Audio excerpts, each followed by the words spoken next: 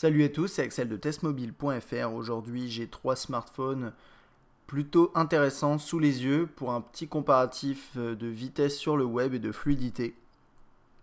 Donc à ma gauche ici, on a l'iPhone 4S, donc avec son processeur dual-core A5 à 1 GHz. Là, on a le Galaxy S2 avec son Exynos dual-core à 1,2 GHz.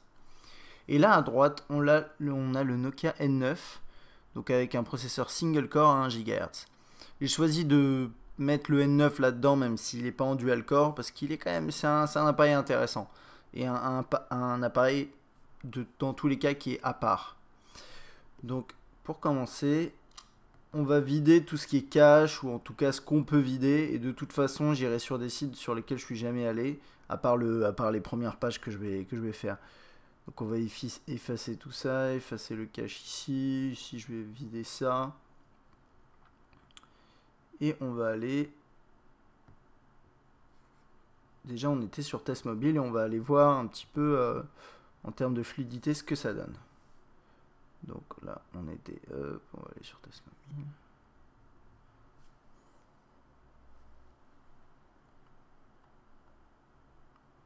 J'attends que le 4S est chargé. Ok, alors notez une chose, sur celui-là j'ai les plugins qui sont activés. Donc on a tout ce qui est lecture flash, etc. Voilà, qui s'affiche. Mais si vous regardez bien, là a priori on a les mêmes contenus qui s'affichent sur les 3 écrans à peu près. Là, je vais revenir sur l'accueil. Je crois qu'il y a un léger bug, je sais plus. Donc faites pas attention par contre à tout ce qui est rendu des écrans, ça pourra faire éventuellement l'objet d'une autre vidéo. Et là comme il y a un petit bug, je vais passer directement, on va faire hop, hop.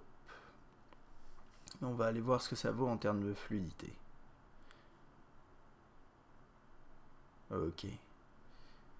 Donc pour commencer, on a ici le Galaxy S2, donc qui est assez fluide, même ici avec les plugins activés. On a un léger décalage, un léger effet d'ascenseur assez visible hein, quand on défile à cause des contenus en flash a priori. Donc ça je vais les désactiver. Hop. Le couper et le relancer. Ok, donc là sur le Galaxy S2, j'ai les plugins désactivés. Donc c'est fluide, il n'y a pas de problème. Mais c'est vrai que quand on défile, on sent un léger décalage. Mais tout est très fluide, il n'y a pas de problème. Ensuite, on va regarder sur le N9. Alors là, c'est même plus fluide que sur le Galaxy S2, je trouve. En termes de défilement, c'est plus réactif. Je sais pas si c'est assez dur de voir la différence là comme ça, mais moi je le sens. Et là on est sur le 4S. Et là c'est tout à fait fluide. Et je trouve ça assez similaire au N9. Peut-être un tout petit peu plus réactif. On peut zoomer. Toc.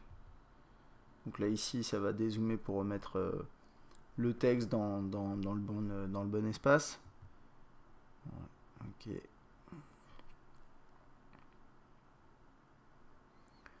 Donc c'est parti. Maintenant ouais, sur le 4S vous avez aussi cet affichage là en mode lecteur que vous n'avez pas sur les autres appareils, mais bon on va pas regarder ça du coup. On va aller faire un tour sur Engadget. Ok, donc là on a les versions mobiles d'Engadget. On va essayer de lancer les versions bureau en même temps. Je vais lancer ces deux là déjà, non, et lui juste un tout petit peu après.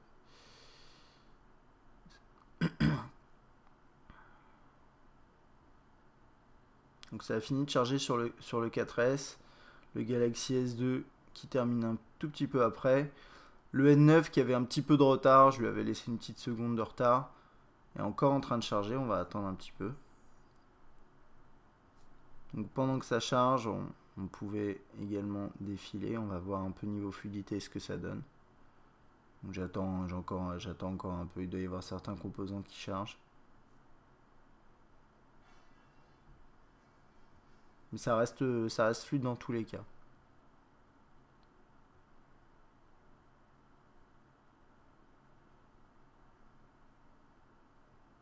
Alors en fait, en termes de défilement, c'est assez différent d'un appareil à un autre. Celui-là, on peut vraiment descendre beaucoup plus loin en donnant un grand geste. Et par contre, c'est très très fluide quand vous défilez. Mais vous avez aussi cet effet de damier qu'on voyait s'afficher là. Voilà. Ici, vous n'avez pas le damier. Vous pouvez défiler par grand mouvement également. Mais il y a un léger décalage qui est à peine perceptible. Mais c'est pas réellement dérangeant, mais on le sent quand même. Sur le 4S, quand vous voulez défiler, c'est un défilement cinétique quand même, mais il s'arrête assez rapidement finalement.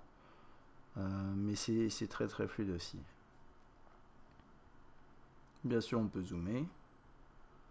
Donc là, c'est très fluide aussi. Là, pareil, c'est fluide, mais il y a un petit effet élastique qu'on n'a pas sur... voilà. Le plus fluide en termes de zoom, c'est quand même l'iPhone 4S. Je trouve que le N9 arrive au même niveau, mais c'est vrai qu'au niveau de la qualité des textes, là, il n'y a pas de chargement sur l'iPhone 4S, alors que ici, il y en avait un léger, vous avez vu ici. Hop. Alors que là, là, on l'a un petit peu aussi, mais on a surtout ce petit effet élastique. Alors là, on a quand même affaire à 3 mobiles qui sont excellents, plutôt puissants, bien optimisés, très très bons pour le web. Donc c'est vraiment un, entre guillemets, combat des titans, puisque les 3 sont excellents sur le web. Il n'y en a pas un vraiment qui est mauvais là-dedans. Et ce qui est intéressant, c'est le N9, puisque c'est un appareil sous un OS assez nouveau. Et dans une de ses premières versions, en tout cas ici. Ok, on va passer à un autre site. On va essayer d'aller sur le site lemonde.fr.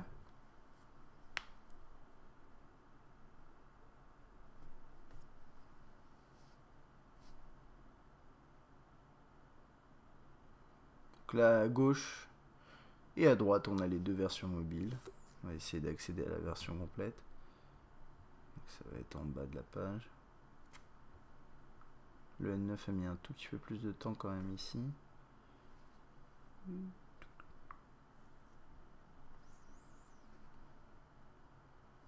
Plus ou moins en même temps, pas exactement. Bon voilà. Alors, ok, Galaxy S2 a terminé, iPhone 4, 4S et le N9 qui est toujours un tout petit peu à la traîne.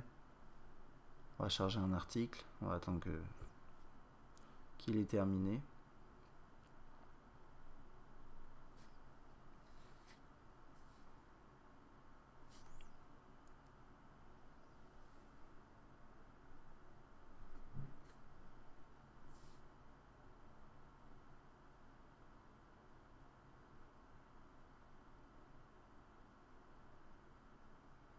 Le 4S a terminé et il reste le Galaxy S2 et le N9 qui continuent de charger. Alors après, ce qui est compliqué de savoir, c'est s'il charge exactement tous les mêmes éléments. Je pense notamment au N9, où en fait on n'a pas d'option pour désactiver l'affichage de certains composants. Et ça peut expliquer certaines lenteurs. Voilà. En tout cas, en termes de fluidité, il est excellent. Presque au même niveau que l'iPhone 4S, qui est quand même intéressant. Alors là, je sais pas ce qui leur arrive aux deux. Visiblement, ils ont un peu de mal, mais en tout cas, le 4S a terminé en premier sur cette page. Là, je vois que... Là, ça, c'est un élément en flash et il ne le charge pas, apparemment. On va essayer un autre site. On va charger le même article en même temps.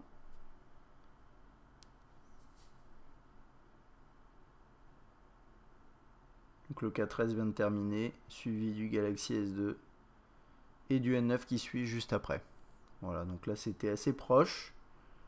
Je vois ici que que l'iPhone 4S n'a pas chargé certaines pubs qui devaient sûrement être en flash. Là ici de toute façon lui ne charge pas le flash vu que j'ai désactivé les plugins. Okay. Et toujours ici on a ce défilement qui est vraiment fluide, mais qui est fluide sur les trois, mais différent réellement. Il y a ici, c'est comme je vous disais, il est très fluide, très réactif. On peut zoomer, dézoomer sans trop de soucis, mais là par exemple, vous voyez, je vais lâcher et la typo est retraitée. Donc peut-être pour optimiser, c'est pareil ici. Et là, c'est pas exactement la même chose. Disons que le texte est assez lisible avant de relâcher, alors que là, il est peut-être un peu moins, mais bon, ça c'est des petits détails. Hein. mais le traitement est assez similaire sur les trois. Le pinch to zoom, le zoom multi-touch fonctionne très très bien sur les trois appareils. Et comme je vous disais, au niveau du défilement, il y a juste le Galaxy S2 ici qui a un tout petit peu en décalage, mais rien de dramatique, ça c'est sûr. Là, j'ai chargé le site Browsermark qui permet d'évaluer en ligne directement dans le navigateur web les performances du browser. Donc je vais essayer de les lancer en même temps et on va voir ce qu'il donne.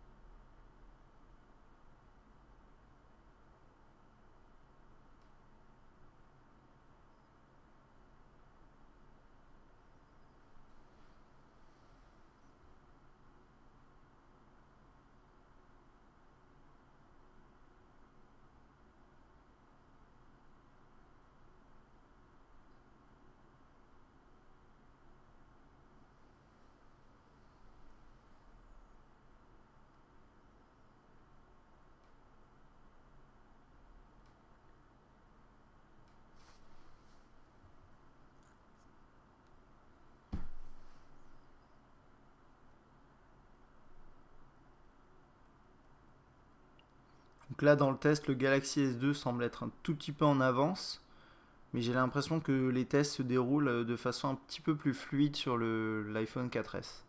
On va voir le résultat à la fin.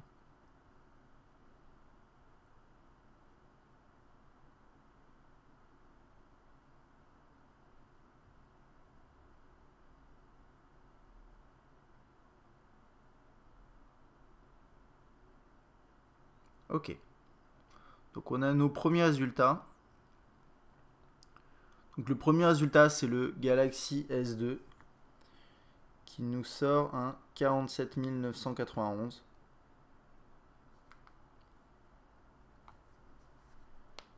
On a l'iPhone 4S qui arrive à 87 748. Je crois que j'ai pas vu de score aussi élevé.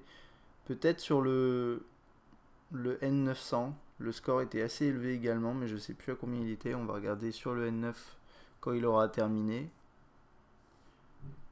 On peut se comparer à d'autres appareils, mais les résultats en ligne sont... Donc là, on a quand même... voilà, sur le N9, on a 20 872.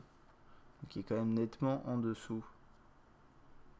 Donc quand on regarde par exemple ici, sur le 4S, donc on a 87 000. La moyenne sur l'iPhone 3GS c'était 26 000 et ensuite après c'est des appareils un peu plus anciens. Là je vois le Nokia N900 à 8600, il me semble que c'était un peu plus, mais peut-être pas. Voilà, donc là clairement sur ce test de benchmark, c'est l'iPhone 4S qui gagne. Avec 87 000 suivi par l'iPhone, suivi par le Galaxy S2 avec 47 000 et ensuite le N9. Ce qui est assez logique pour le N9, mais c'est quand même intéressant de voir sur un benchmark de ce type les performances du navigateur. Je vais lancer maintenant un test HTML5 qui permet de déterminer à quel point le navigateur web supporte l'HTML5. Donc pas forcément besoin de lancer en même temps, hein. On va juste voir le score qui va s'afficher. Ok. Donc intéressant. Ici on a l'iPhone 4S qui arrive à 296 points. Donc avec 11 points ici. Donc là on a 177. Ici on a un score assez mauvais. Alors je vous laisse regarder les résultats. Effectivement là on a le N9 qui s'en sort vraiment pas mal, hein, avec 255. Donc voilà, ici 20 points également, 21 sur 31 avec le support des sous-titres. Bon, ça c'est normal, c'est pour tout ce qui est vidéo.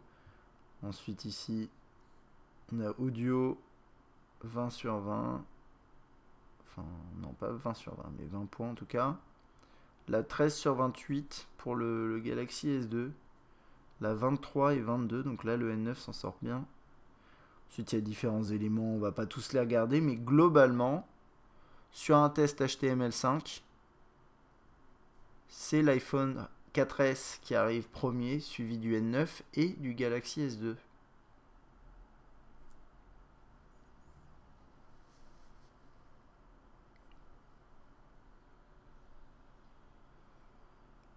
Là ici le 4S a terminé en premier, suivi du Galaxy S2, le N9 a pas mal de retard. Voilà. Ok, qu'est-ce qu'on peut dire finalement sur ces trois appareils en termes de navigation web? L'iPhone 4S domine, c'est certain, en termes de fluidité d'expérience, donc quand vous zoomez, quand vous défilez, etc. En termes de chargement également, il est vraiment rapide, on sent bien la puissance de la 5. N'oubliez pas qu'ici on était en Wi-Fi sur les trois. Et donc ça c'est vraiment intéressant. Maintenant ce qui se passe c'est qu'on n'a pas de chargement de flash, d'éléments comme ça. Donc faites attention à ça et prenez-le en compte. Ensuite on a sans hésiter le Galaxy S2 qui est le plus polyvalent finalement puisqu'il est à la fois réactif. Il permet de zoomer, dézoomer de façon confortable, de façon très fluide. Et vous pouvez également activer le flash, ce qui est quand même un plus non négligeable. Et puis finalement, on a une mention spéciale pour le N9 qui apporte une expérience qui est extrêmement fluide. Alors en termes de fluidité, je trouve que le N9 se rapproche plus de l'iPhone 4S que du Galaxy S2 puisqu'il est vraiment très très bon. Mais il reste quelques petits problèmes de rapidité, notamment sur voilà, certains chargements où il met un petit peu plus de temps, quand il doit peut-être aller chercher des éléments en plus, ou bien il y a un problème d'interprétation à certains endroits. Et on l'a vu au test du benchmark, il est un petit peu en dessous de l'iPhone 4S, ce qui est vraiment intéressant, mais ça n'empêche que derrière, en termes de fluidité, il n'est pas encore là. Donc c'est peut-être dû au fait qu'il charge plus d'éléments. Ça reste à vérifier, mais en tout cas en test comme ça d'utilisateur, sans aller trop chercher dans les détails techniques, on constate ce classement clairement, iPhone 4S, SGS2 et N9 ici, entre ces trois appareils. Voilà, j'espère que cette vidéo vous a plu. Si vous avez des questions, n'hésitez pas à les laisser sur YouTube ou sur testmobile.fr. Si vous avez aimé cette vidéo, n'oubliez pas que vous pouvez appuyer sur like en bas à gauche de la vidéo. Vous pouvez aussi vous abonner en cliquant au-dessus. À bientôt.